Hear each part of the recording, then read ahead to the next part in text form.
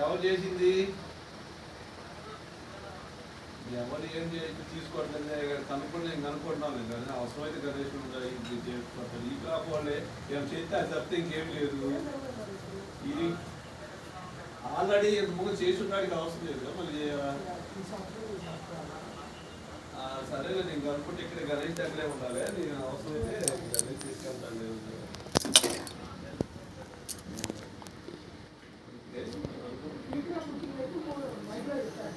అది